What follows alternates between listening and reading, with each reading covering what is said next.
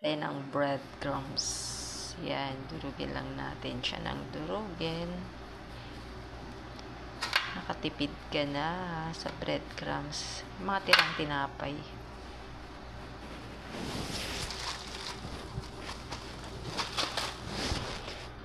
Tirang tinapay lang yan na hindi na yun nauubos kasi everyday bumibili sila ng tinapay dito. Tapos dudurugin ko lang siya.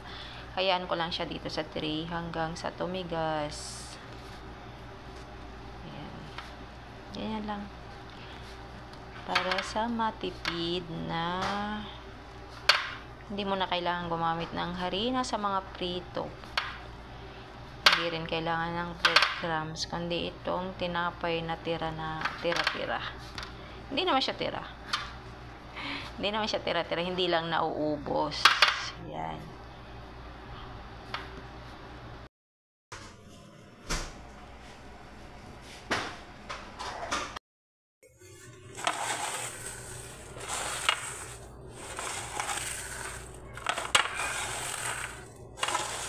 Durugin.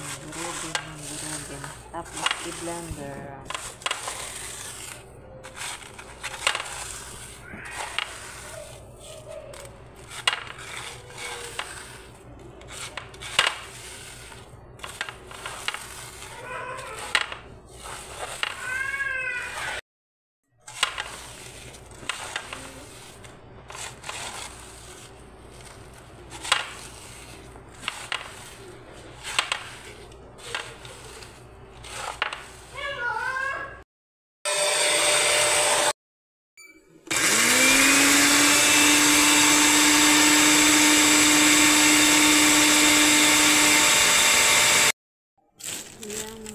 Blender. Tapos lagay natin sa freezer. Ayan, para makatipid.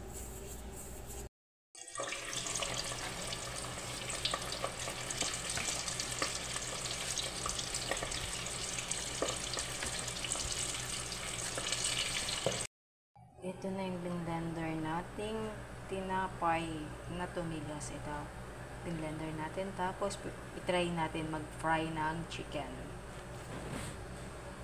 Yan, fry natin yung chicken. Lagyan natin yung ng eggs. Tapos dito